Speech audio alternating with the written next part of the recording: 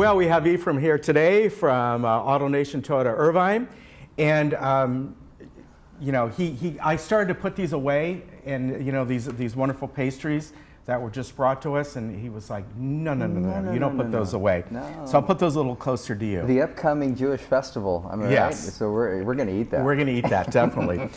Well, you know, there's one thing, I want to show you something today. Good. And I got a graphic here. Good. And I did this because I recall back when I was in junior high, I like that. About 1970, a teacher had a Corolla. Wow. And back then, people didn't really know what it was. People Right. knew of Land Cruisers. But I thought, just for the fun of it, I found this one online. This is actually somebody selling this. They live outside the country. They live in Germany. Wow. But the 2020, I saw is on the Toyota website now. Right. Mm-hmm. And just kind of look, you kind of look at the 50-year difference. And yet that thing was styling back in 1970. Years. Yes, because in the early 70s, my folks had a little Corolla, and I, as a kid, would go in there and just kind of pretend to drive it. Yeah. But I mean, what a cool little picture. What great research. Now, what an evolution of car. Think about that. I know. What a transition. We got the hybrid over here. You know what they got to bring back, though? I'm sorry. They got to bring back the white walls. That had style. You know what I'm talking about? I like that, yeah. Yeah, but I thought that would be fun to bring up.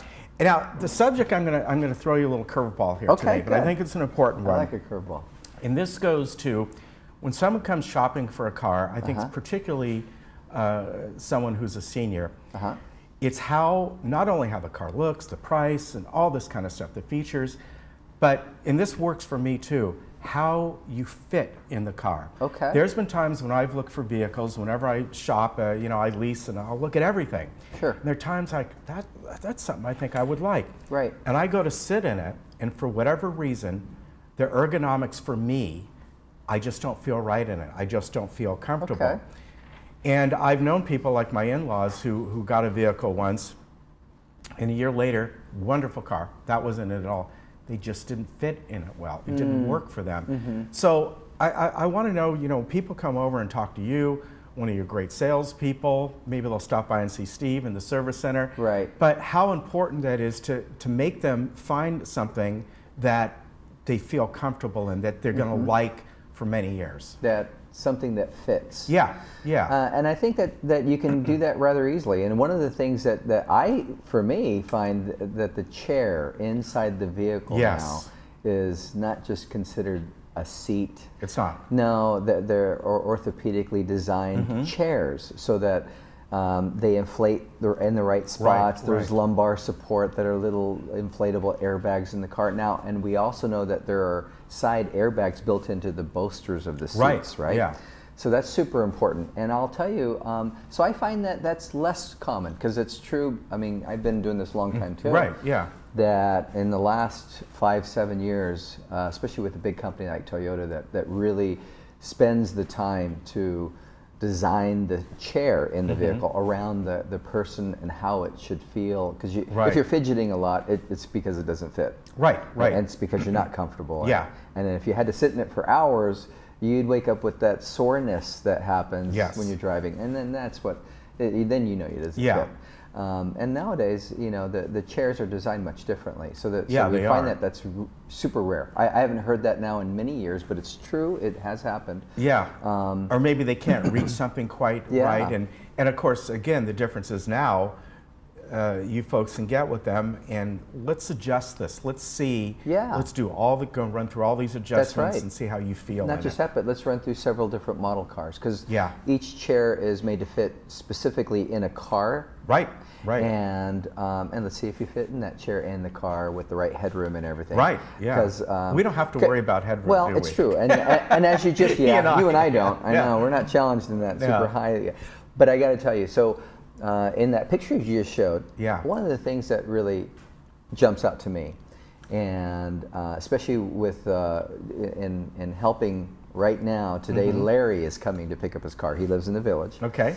Hey, Larry. And yeah, Larry's a Navy vet. Super proud of that. All right. Two tour Vietnam vets. Wow. Purple Heart winner. SEAL Team 6. Very nice. Yeah, wow. I'm supposed to say that. SEAL sorry. Team. Gee. No, super elite. Great human being. Saw him, and of course he came and grabbed me. And so, to your point a moment ago, you come see me. Yeah. That's so, I want that. And you know what's fun is I would tell you that every day now someone's grabbing me, and I love that. Yeah.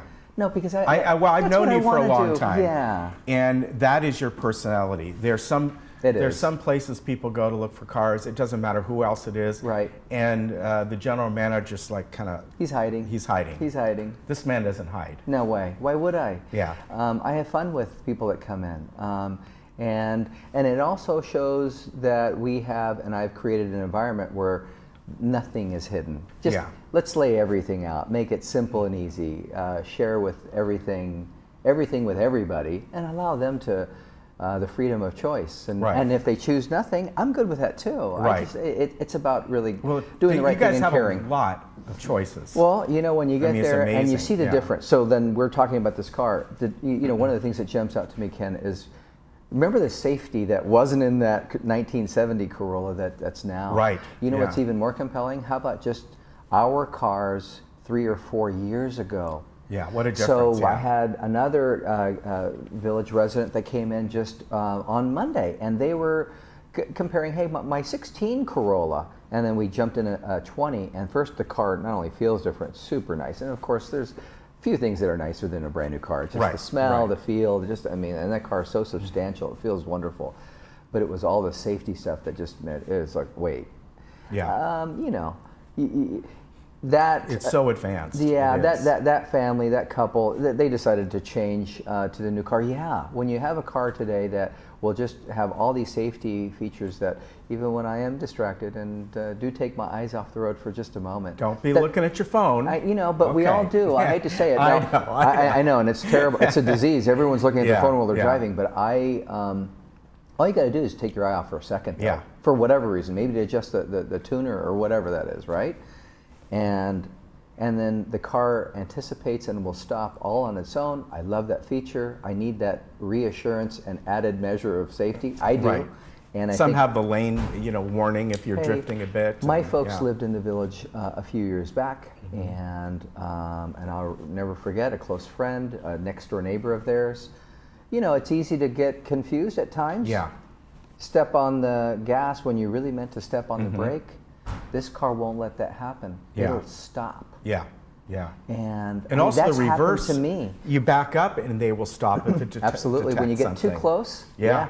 And that's kind of fun. I mean, hey, there's a lot of neat things about a lot of cars today, but Toyota's at the forefront. Yeah.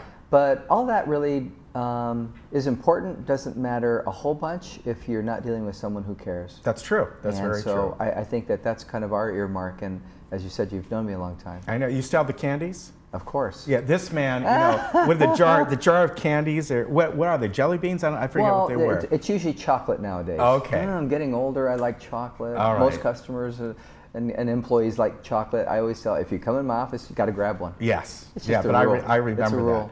And you got a great place over there. Thank you. It is large, so Huge. if somebody wants to go around, somebody can go around with them because it's a big lot to navigate. Wonderful service center, of course. We know Steve.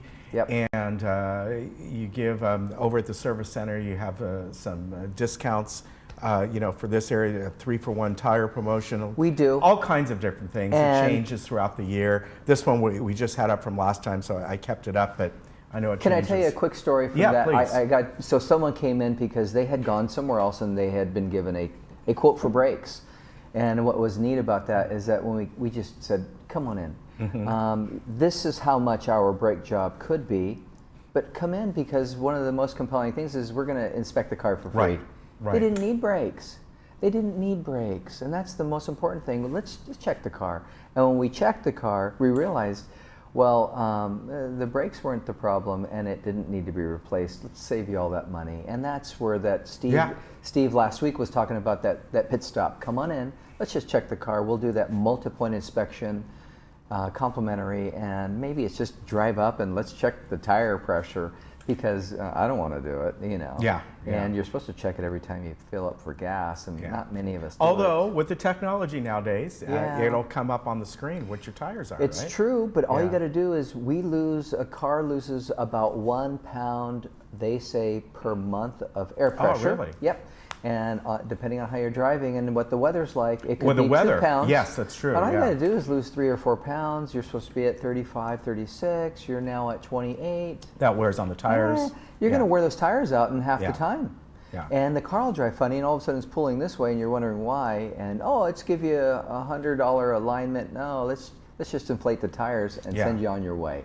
And that's the neat thing about Steve and the commitment down in our service center is just come in, because a lot of times we can just save you money, because we can come in and show you all the things and the fancy tools and